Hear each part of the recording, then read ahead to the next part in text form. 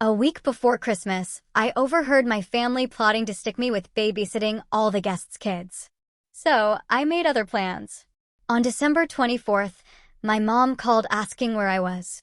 I just laughed and told her not to wait for me or the catering. You know that feeling when there's a line? A breaking point where even the most dedicated family member just has to say enough. For me, that line wasn't just crossed, it was obliterated when I overheard my own mother and siblings casually plotting to relegate me to the kids' table on Christmas, completely dismissing my life and the man I loved in the process. Their betrayal cut deep, but instead of confronting them, I decided on something far more powerful. My name is Margot, and at 32, I've actually built a pretty successful career as an event planner. I mean, I orchestrate perfect gatherings for other people, pulling off incredible corporate events and dream weddings. And for years, that same meticulous attention to detail always extended to my family's Christmas celebrations. They were always flawless, thanks to me. This year, though, was supposed to be extra special. I was excited, genuinely excited, for a new chapter. Then I walked into my mom's house a week before Christmas and everything shattered. Family, right? It's complicated. Mine certainly is. On the surface, we look like the picture of a close-knit clan, the kind that gathers for Sunday dinners, never misses a birthday. But underneath that perfect facade, there's this dynamic, a subtle imbalance that honestly took me years to even recognize. I'm the middle child, you see, between my older sister Abigail and my younger brother Thomas. Abigail, she's the perfectionist. She's got these twin boys, Jackson and James, 7-year-old terrors who she somehow believes are angels incarnate. Then there's Thomas. He and his wife, Penny, have 3 kids, 9-year-old Sophie, 5-year-old Emma, and little 3-year-old Lucas. And then there's me. Perpetually single Margot, the reliable daughter who always steps up for family events. My mom, Linda, she was widowed 5 years ago when Dad passed from a sudden heart attack. And since then, she's come to rely on me in ways that, looking back, were far more than fair. Dad, he was my advocate. He was the one who would actually notice when others volunteered my time without asking. Without him, the whole family dynamic just shifted. My role as family coordinator wasn't something I chose, it just naturally evolved from my organizational skills. It started small. I'd help with Thanksgiving dinner timing when Mom seemed overwhelmed. Then it was Easter, then Christmas. Before I knew it, every single family gathering became my responsibility to plan, execute, and, more often than not, even finance. All this while I was building my own event planning business from the ground up. I started with small birthday parties, just hustling, and worked my way up to corporate events and weddings that now command premium prices. My calendar stays booked months in advance, something my family conveniently forgot when they called with last-minute requests. Last summer, Abigail called the day before her anniversary, frantic because her dinner reservation fell through. "Could you possibly find us something?" she asked, almost demanded. "Oh, and could you watch the twins while we go out?" I canceled my own plans, called in favors from 3 restaurant owners. By 9 that evening, Abigail and her husband were enjoying a private rooftop dinner I'd arranged. Meanwhile, I was supervising the twins, who, of course, refused to sleep until their parents returned at midnight. Just 2 months ago, Thomas needed emergency help with a school project for Sophie. His text read, "Need dinosaur diorama by tomorrow morning. Any chance you could help? We all know your crafting skills are way better than mine." I stayed up until 2 a.m., creating a prehistoric landscape that earned Sophie an actual applause. But my mother relied on me most of all. When the pipe burst under her kitchen sink, I was her first call. When she needed to figure out her new smartphone, I spent 4 hours walking her through basic functions. When her neighbor's tree fell in her garage, I handled the insurance claim because the paperwork overwhelmed her. For years, I just accepted this role without complaint. After all, family helps family, right? But something changed last spring. I met Jason at a charity gala I was coordinating. He was the photographer hired to capture the event, and between his camera clicks and my clipboard checks, we discovered a connection that felt effortless. For the first time in years, I found myself genuinely excited about dating someone. Jason understood my hectic schedule because his work involved similar demands. He appreciated my organizational skills rather than exploiting them. And when I talked about my family obligations, he listened without judgment, but he asked gentle questions that made me finally consider whether the balance was actually fair. As Christmas approached this year, I felt a new excitement. Jason and I had been dating for 8 months, and I really wanted him to join our family celebration. I dropped hints during Thanksgiving dinner, mentioning that I might bring someone special this year. My announcement was met with distracted nods as everyone focused on the elaborate meal I had prepared. I began planning Christmas in early November, ordering specialty ingredients, handcrafting personalized ornaments for each family member. I even reserved the premium ham from the butcher who only offers 20 each season, paid for entirely from my own pocket, as my gift to everyone. I researched activities the children might enjoy, creating custom coloring books with illustrations of our family traditions. My dining room became Christmas headquarters with lists, schedules, and shopping bags organized by recipient. I spent weekends decorating my mother's house with fresh garlands and arrangements, climbing the tall ladder to place every light just so, while she supervised from below with a cup of hot chocolate in hand. This year would be different. I planned to introduce Jason to our traditions.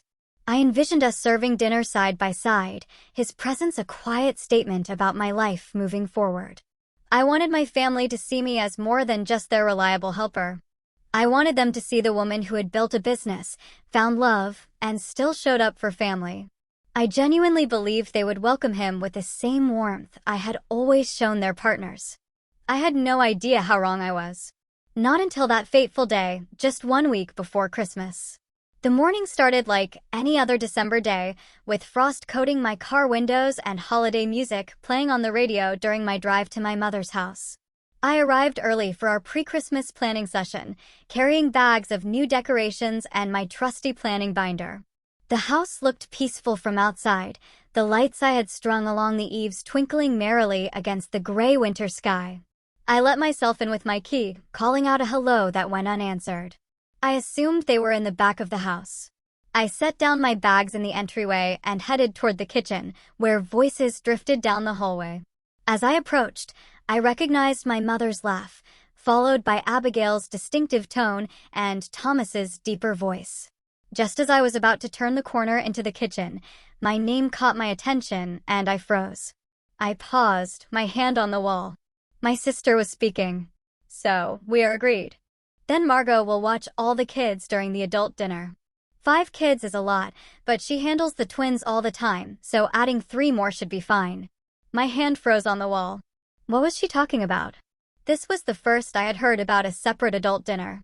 In our family, Christmas had always been everyone together around the large table. My mother responded, "Well, I think it makes sense. The kids' table will be chaotic, and Margot is so good with them. Plus, she already has all those activities planned." Those activities? They were meant for after dinner, when we would all participate. I had created Christmas scavenger hunts and craft projects the adults would help with, not babysitting entertainment. Thomas chimed in. She can eat early with the kids, and then we can have our dinner in peace for once. Last year, Lucas had that meltdown, and I barely got to taste the food Margot had spent all day cooking. I felt a tightness in my chest as I continued to listen, unable to make my presence known. "And she will handle the cleanup too, right?" "She always does," Abigail added. I was thinking we could open a nice bottle of wine this year without worrying about driving. Maybe even play some adult games after dinner. My mother laughed, a sound that sliced through me. Well, it's not like Margot has other plans. No offense to her, but being single at the holidays means she has the time to help. We all have partners and children to consider. The words stung like a physical slap. I had explicitly mentioned bringing Jason to Christmas this year. Had they simply not listened? Or worse, had they heard but dismissed it entirely? "Has she mentioned that photographer guy lately?" Thomas asked. "I thought that fizzled out months ago." "Oh, that was never serious," my mother dismissed. "Margot focuses too much on work for relationships to last. Remember that accountant a few years back? Same thing. My relationship history was now being dissected in my absence, with completely inaccurate information. The accountant had moved across the country for a job opportunity. We had parted on good terms. And Jason? He was very much still in my life, something they would know if they ever bothered to ask about my personal life. Well, it works out perfectly for us, Abigail continued. She can entertain the kids from 4 o'clock onward. I'll tell the twins to save their new toy demonstrations for Aunt Margot. And she will handle the Santa duties too, right? Thomas asked, wrapping the final gifts and arranging them under the tree after the kids go to sleep. Of course, my mother confirmed. Margot always does that. And the Christmas breakfast the next morning. Remember how she made those snowman pancakes last year? The kids adored those. I stood frozen in the hallway, my mind racing to catalog all the assumptions being made about my time. Not once had anyone asked if I was willing to take on these roles. Not once had they considered I might have my own plans or desires for the holiday. It's really convenient having an event planner in the family. Abigail laughed. Free childcare and catering all in one. Their laughter echoed in my ears as I silently backed away from the kitchen doorway. With careful, quiet movements, I collected my bags from the entryway and slipped out the front door without making a sound. They never even knew I had been there. The drive home passed in a blur, windshield wipers keeping time with my racing thoughts. Tears threatened, but didn't fall as anger began to replace the initial shock. I had spent years bending over backwards to create perfect family moments. And this was how they saw me? As the convenient single woman with nothing better to do than serve their needs? As I pulled into my driveway, the first option that occurred to me was simply canceling Christmas entirely. I could claim a work emergency, or even just tell them the truth about what I had overheard. But the thought of the confrontation, the defensive responses, the inevitability of being labeled oversensitive, it made me hesitate. Inside my house, I stared at the Christmas command center I had created in my dining room. Personalized gifts wrapped with handmade bows, recipe cards organized by preparation time, handcrafted decorations for each family member. Hours and hours of work, not to mention the thousands of dollars already invested in making their holiday special. All while they planned to relegate me to the kids' table without even asking. I sank onto my couch. The weight of years of similar treatment suddenly crystallized in my mind. The birthdays where my gift was offering to babysit.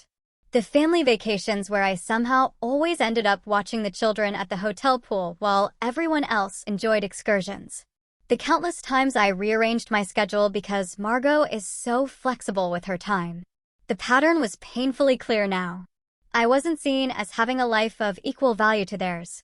My time was considered communal property, available for their convenience. As this realization washed over me, I knew something had to change. That evening, I sat in my darkened living room, surrounded by the gentle glow of Christmas lights, nursing a glass of wine and cycling through emotions. Anger gave way to hurt, then to resignation, then back to anger in an exhausting loop. My phone buzzed periodically with texts from my mother asking where I had disappeared to, but I couldn't bring myself to respond yet. I considered my options. Direct confrontation seemed the most straightforward approach. I could call a family meeting, explain what I had overheard, and express my feelings about being taken for granted. But experience told me exactly how that would go. Abigail would become defensive, claiming I was overreacting. Thomas would look uncomfortable and say little. My mother would tear up and remind me how difficult the holidays had been since Dad died, effectively shifting the conversation to her grief rather than my concerns. Another option was simply accepting the role they had assigned me. I had done it countless times before. I could swallow my disappointment, cancel my plans with Jason, and fulfill their expectations. The path of least resistance was well worn in our family dynamics. The third option was withdrawing completely. I could cancel Christmas, claim illness or a work emergency, and avoid the whole situation. But that felt like running away, and it would only postpone the inevitable confrontation about family expectations. At 9:30, my phone rang with my best friend Sophia's familiar tone. I had texted her earlier with a vague message about family drama, and she was calling to check in. Sophia had known me since college and understood my family dynamic better than anyone. They did what, she exclaimed after I recounted what I had overheard. Without even asking you? That is beyond inconsiderate, Margot. It's downright disrespectful. Her validation loosened something in my chest. I know, I admitted, but this is how it always goes. They assume I'll handle everything because I always have. Because you are capable and generous, Sophia corrected, not because you are their personal assistant. What does Jason say about all this? I haven't told him yet, I admitted. We had plans to spend Christmas Eve together before joining my family on Christmas Day. Now I don't know what to do. What do you want to do? Sophia asked, cutting through my confusion with her characteristic directness. The question hung in the air as I considered what I truly wanted. Not what would cause the least conflict or what would fulfill my family's expectations, but what would honor my own needs and boundaries. I want to be valued, I said finally. I want them to recognize that my time and effort matter. I want to spend Christmas with people who see me as a whole person, not just a convenient resource. Even as I spoke, a plan began forming in my mind. It started as a small spark of possibility that grew with each passing second. I was, after all, a professional event planner. I specialized in creating experiences and solving logistical challenges. Sophia, I said slowly, what if I just wasn't there? You mean cancel altogether? No, I said, a smile starting to spread across my face. I mean, what if I created a different Christmas for myself this year? What if instead of showing up to be their babysitter, I went somewhere else? Somewhere wonderful. I could almost hear Sophia's smile through the phone. Now that sounds more like the Margot I know. What are you thinking? As we talked, the plan took shape. I remembered a client mentioning a last-minute cancellation at a luxury resort in the Caribbean. As an event planner, I had contacts at venues across the country and beyond. With a few calls, I could probably secure a reservation even during the holiday rush. I could be on a beach on Christmas Day, I mused, the image growing more appealing by the second. No cooking, no cleaning, no wrapping presents at midnight. Do it, Sophia encouraged. Book it tomorrow. You deserve a break. After ending the call with Sophia, I opened my laptop and began researching options. The resort my client had mentioned was indeed available, having had a cancellation for their premium oceanfront suite. The price was steep, but I had been saving for a kitchen renovation that could wait. This was an investment in something more important, my self-respect. With growing excitement, I reserved the suite for 5 nights, starting on Christmas Eve. As I entered my credit card information, I felt a weight lifting from my shoulders. For once, I was prioritizing my own happiness. But what about Jason? Would he think I was running away from family conflict? Would he be disappointed to miss meeting my family? There was only one way to find out. Despite the late hour, I called him. When he answered, the background noise suggested he was still at a photo shoot. Margot, perfect timing, I just finished up here. Everything okay? You never call this late. I took a deep breath and explained what had happened, from the overheard conversation to my impulsive resort booking. I know it's last minute, I finished, but would you want to come with me? Spend Christmas on the beach instead of with my family drama. His response was immediate and enthusiastic. Are you kidding? That sounds amazing. And for what it's worth, what they plan to do is not okay. You deserve better treatment than that. His support solidified my resolve. There's one more thing I want to do, I told him. I still want to handle the catering arrangements for my family. That's very generous of you, considering everything, he said, sounding slightly confused. Well, I replied, a smile spreading across my face. I have something very specific in mind. The next morning, I called Dukas, the upscale catering company I frequently collaborated with for corporate events. The owner, Anthony, was surprised to hear from me so close to Christmas. Margot, what can I do for you? Emergency client situation. Actually, Anthony, this is a personal request. I need a special Christmas dinner delivered to my mother's house, but with some very specific parameters. We discussed my requirements. An elegant adult dinner with wine pairings for 5 adults, and a separate kid-friendly meal clearly labeled for children under 10. I specified that all dishes should be completely prepared, requiring only minimal heating with detailed instructions even a cooking novice could follow. No problem at all, Anthony assured me. We can deliver everything at 4 o'clock on Christmas Day. Will you be there to receive it? No, I replied, feeling a thrill of satisfaction. I will be out of town. They will need to handle it themselves for once. With the catering arranged and the vacation booked, my plan was taking shape. I would give my family exactly what they wanted at Christmas, without my interference, but on terms they never expected. Sometimes the best gift is the opportunity to appreciate what you've taken for granted. For the next few days, I maintained the illusion that everything was proceeding according to plan.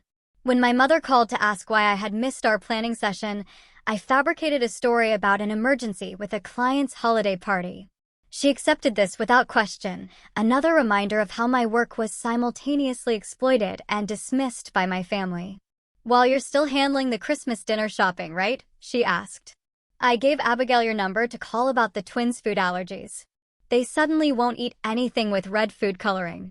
Actually, I replied, injecting enthusiasm into my voice, I've arranged something special this year. Professional catering from Dukas. Everything will be delivered ready to serve. My mother's surprise was evident. Catering? But you always cook Christmas dinner. It's tradition. I thought this would be easier for everyone, I explained.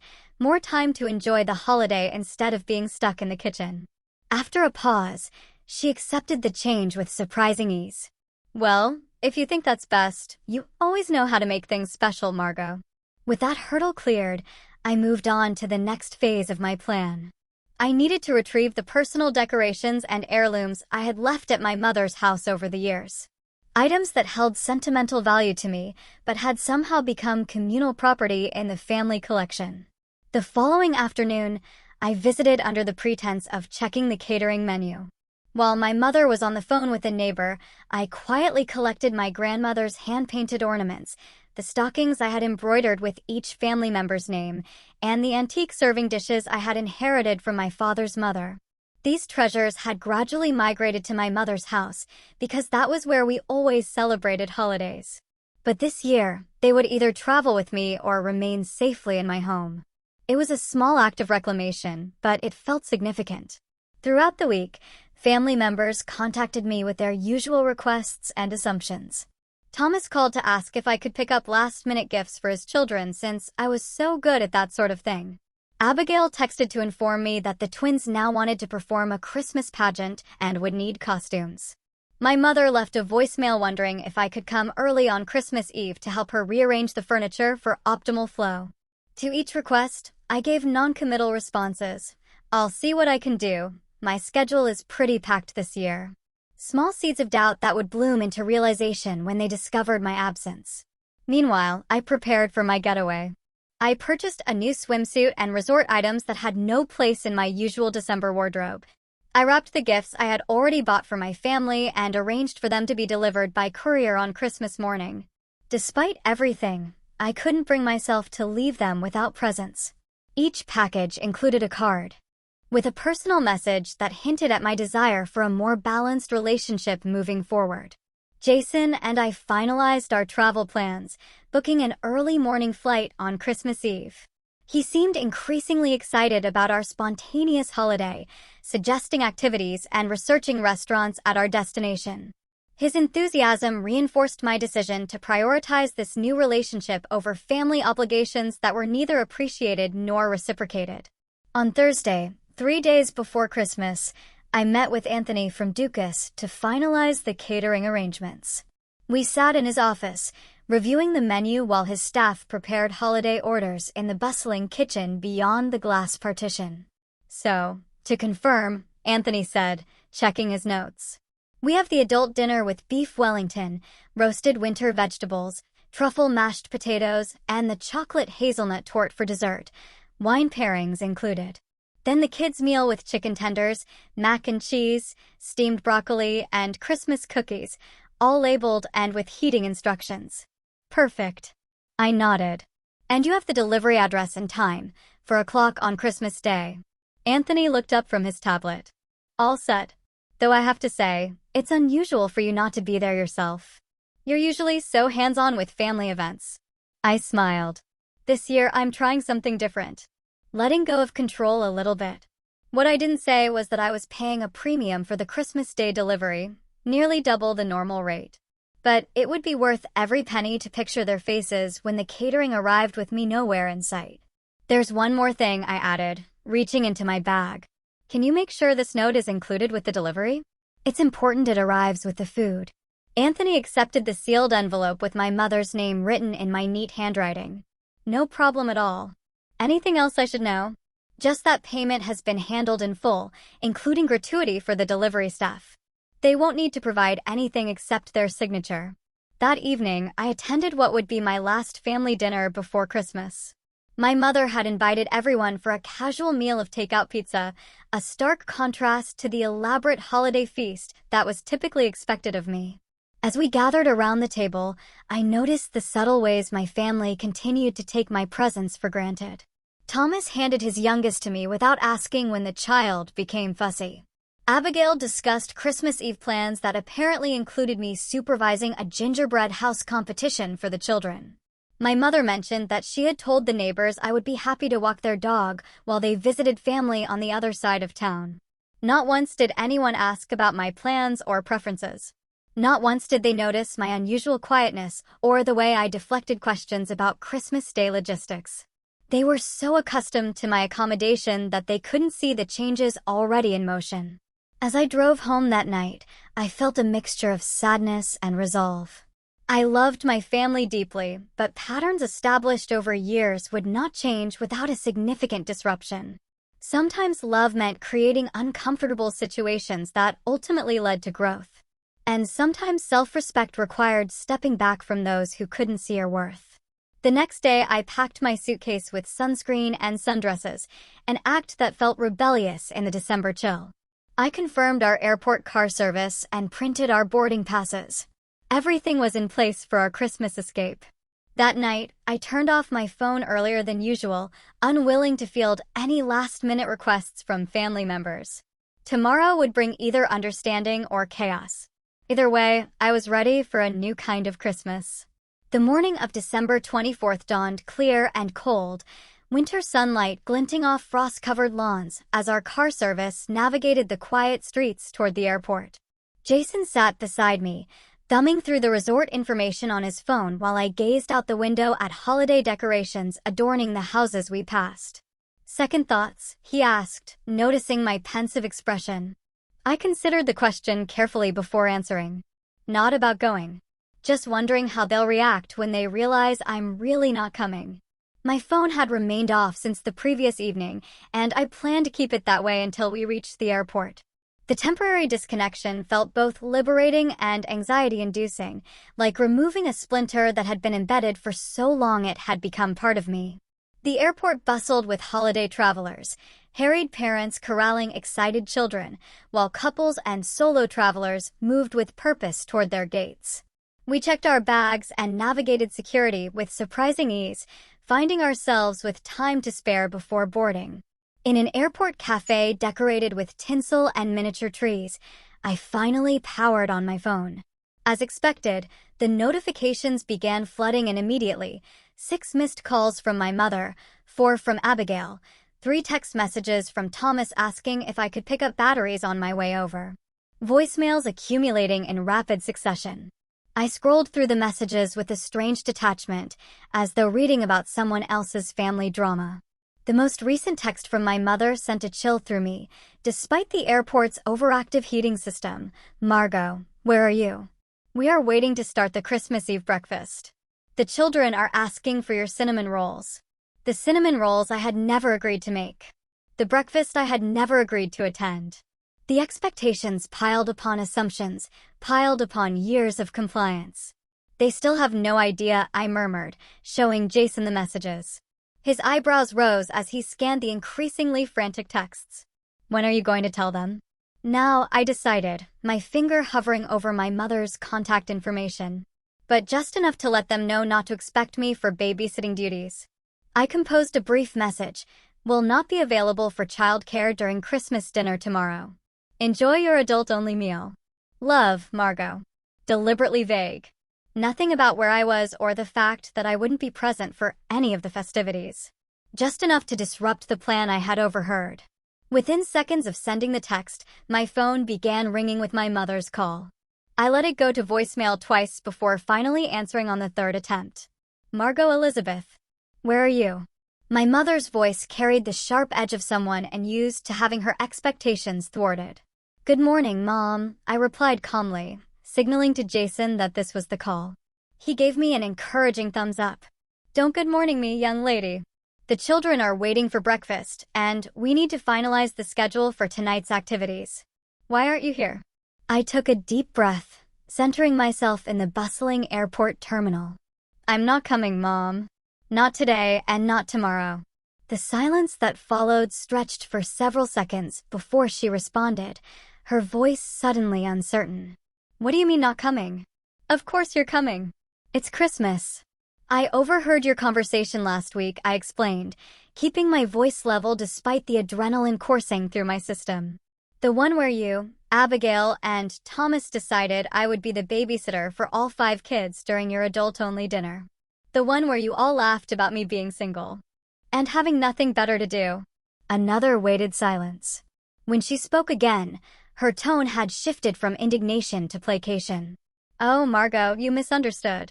We were just trying to figure out the logistics. Of course, we want you at the adult dinner, too.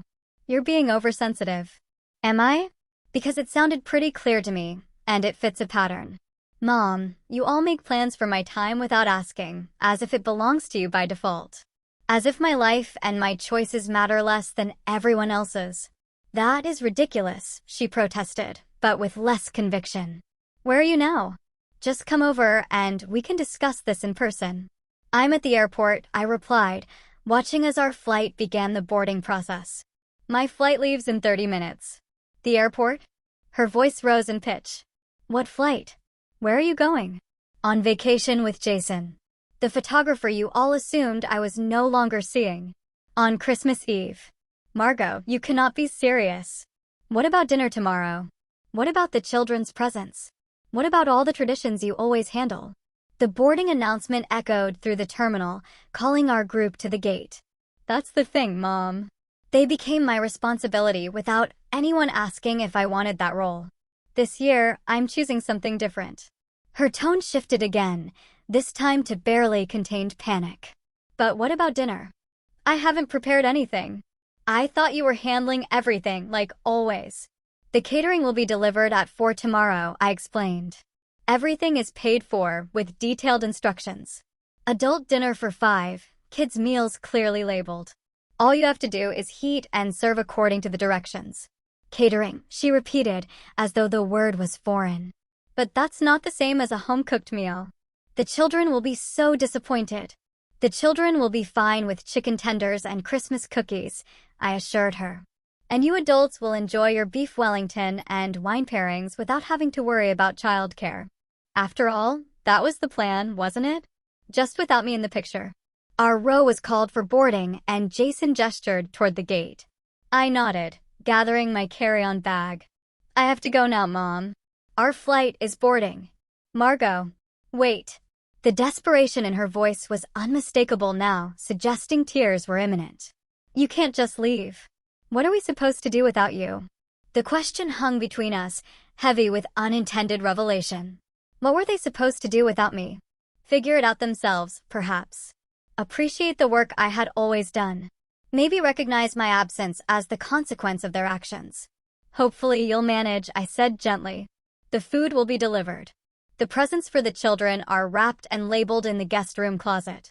Detailed instructions for everything are in the binder on the kitchen counter, the one none of you ever bothered to look at, even though I referenced it constantly. But it won't be the same, she insisted. No, I agreed. It will not. As we reached the gate attendant, I delivered my final message. Merry Christmas, Mom. Enjoy the adult dinner you all planned. I'll turn my phone off during the flight, but I'll check messages when we land. When will you be back? She asked, a tremor in her voice. After New Year's, I replied. We can talk then. Before she could respond, I ended the call and switched my phone to airplane mode. As Jason and I found our seats on the plane, I felt a complex mixture of emotions. Guilt at disrupting the family holiday, anxiety about the confrontation to come, but underlying it all, a profound sense of liberation. The plane taxied down the runway as the flight attendant delivered the safety briefing. As we took off, ascending through clouds into clear blue skies, I mentally shed the weight of expectations I had carried for far too long. Whatever awaited me upon return, I had finally advocated for my own worth in the family equation. Jason squeezed my hand as the seatbelt sign dinged off. "You okay?" I turned to him with a smile that felt more genuine than any I had managed in weeks. "I am now. Merry Christmas to us." As our plane soared south towards sunshine and new traditions, I left behind the snow, the family drama, and years of unreciprocated accommodation. For once, Christmas would be about joy rather than obligation. And perhaps, when the dust settled, my family would understand why this stand had been necessary all along. Christmas morning broke with golden sunshine streaming through the curtains of our oceanfront suite, a stark contrast to the snow-covered landscape I had left behind. I padded onto the balcony, coffee in hand, watching early morning swimmers brave the gentle waves while palm trees swayed in the breeze. The peaceful scene bore no resemblance to what would normally be happening at my mother's house. Children racing downstairs at dawn, adults struggling to function without caffeine, and me orchestrating the carefully timed chaos of present opening and breakfast preparation. Jason joined me on the balcony, wrapping his arms around my waist. "Merry Christmas. Any regrets about being here instead of there?" I considered the question seriously. Surprisingly, no. I miss the good parts, of course. The children's excitement, the moment when everyone opens the perfect gift I found for them. But the relief of not being responsible for everyone's happiness today outweighs all of that. We spent the morning exchanging the small gifts we had brought along, enjoying a luxurious breakfast delivered by room service, and walking along the shore, collecting shells. The resort had decorated palm trees with twinkling lights and red bows, a whimsical, tropical take on Christmas that charmed me. At precisely noon, as we lounged by the pool, sipping fruity drinks garnished with tiny umbrellas, I checked my phone for the first time since our flight had landed the previous evening. The onslaught of notifications made my stomach tighten with anxiety, but I forced myself to methodically work through them. 27 missed calls, 42 text messages, 13 voicemails. My family had not taken my absence lightly. I started with the earliest messages, tracking the progression of reactions as Christmas Eve had unfolded without me. The initial texts from my mother vacillated between guilt trips. "The children are so disappointed," and angry accusations. "I cannot believe you would abandon us like this." Abigail's messages were predictably self-centered. "How am I supposed to manage the twins' behavior during dinner without your help?" While Thomas's showed surprising insight. "We really messed up, didn't we?" The voicemails told a similar story, with my mother's voice growing increasingly frantic as she realized I truly wasn't going to appear and save the day. The last message from Christmas Eve, timestamped 1:14 p.m., captured her vulnerable admission. "I don't know how to do this without you, Margot. I've always relied on you to make Christmas happen." That was the crux of it. I had become so essential to their holiday experience that my absence created a vacuum no one was prepared to fill. But that dependence had come at the cost of my own holiday joy, a price I was no longer willing to pay. The Christmas Day messages began early, with Abigail's 7:12 a.m. text capturing the family chaos in real time. "The twins are fighting over who gets to open the first present and Mom is crying in the bathroom. This is a disaster and it's your fault."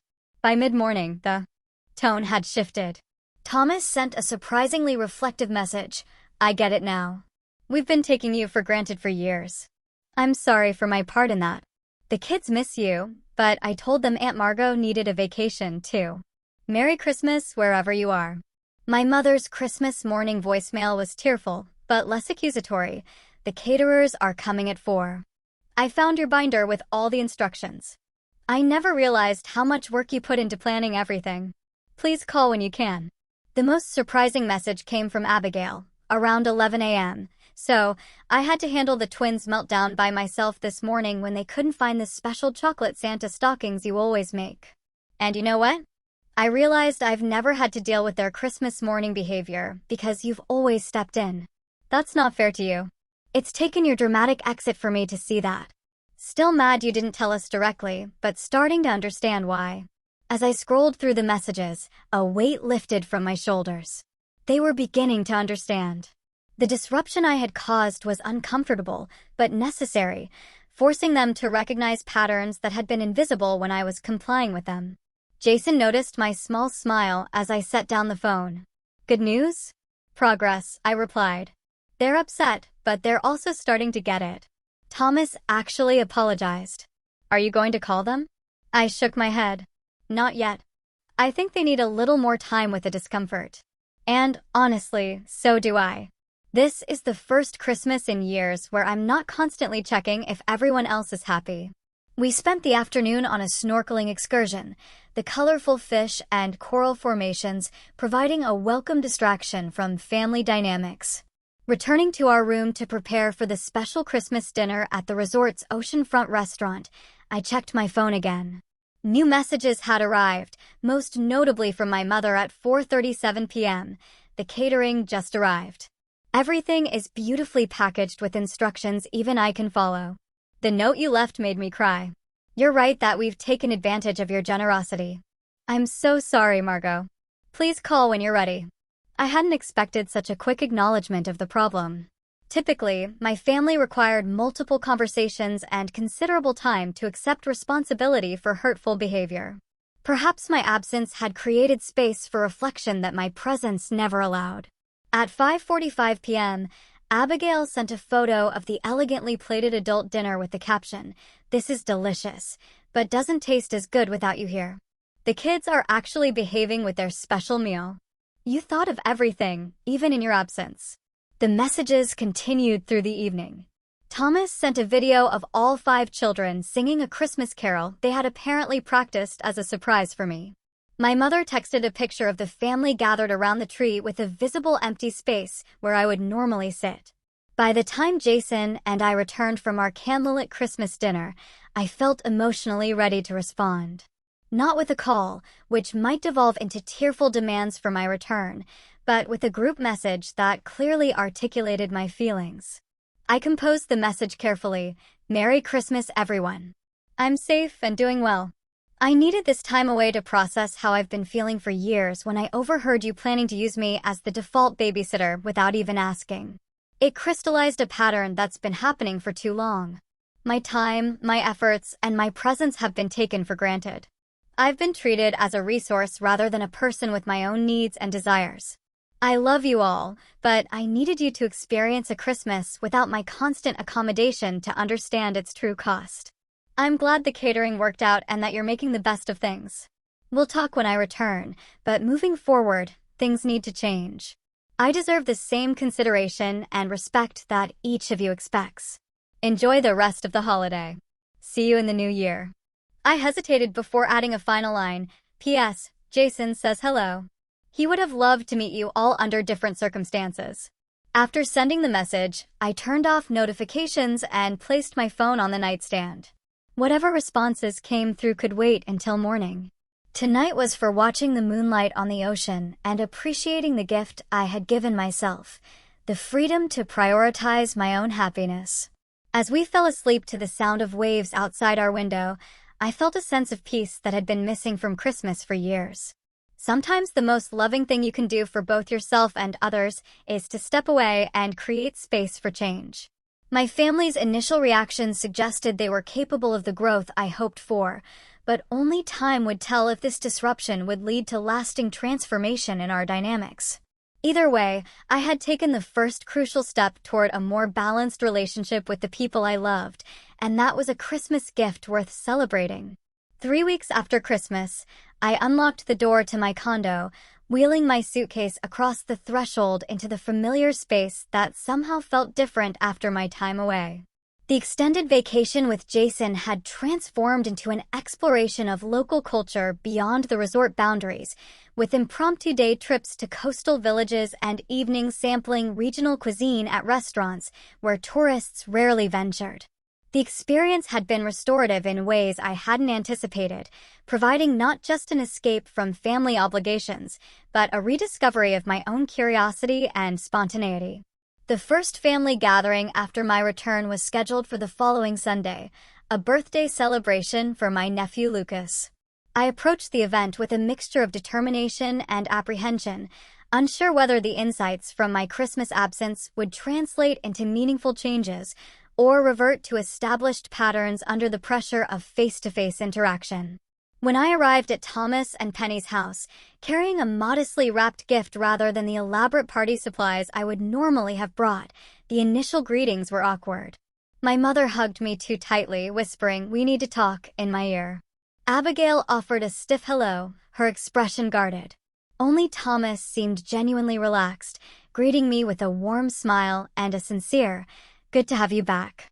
The children provided welcome distraction, swarming me with excited updates about Christmas presents and school adventures. I noticed with interest that they were being supervised by their respective parents, rather than automatically funneled in my direction. During a lull in the celebration, my mother cornered me in the kitchen as I was refilling my water glass. "What you did at Christmas was very hurtful, Margot," she began, her voice low to avoid being overheard. "We were all counting on you." I met her gaze steadily. "That's exactly the problem, Mom. You were all counting on me without asking if I was available. You made plans for my time as if it belonged to you." "We're family," she countered. "Family helps each other." "Yes, but it should go both ways," I explained. "When was the last time someone in this family asked what they could do to help me? When was the last time anyone considered that I might have my own plans or preferences for the holidays?" Her brow furrowed as she considered my questions. After a moment, her shoulders sagged slightly. "I can't." "Remember," she admitted.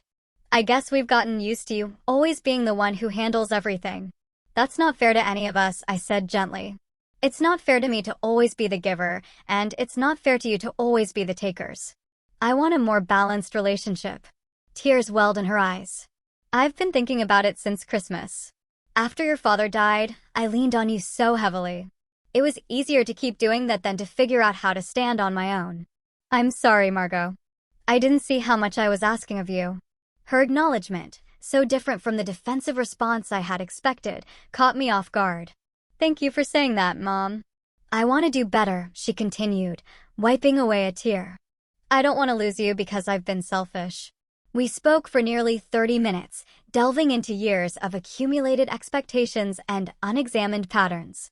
For the first time, I felt truly heard as I expressed how isolating it had been to always prioritize everyone else's needs above my own. And for the first time, I saw my mother as someone working through her own struggles, rather than simply imposing demands on my time.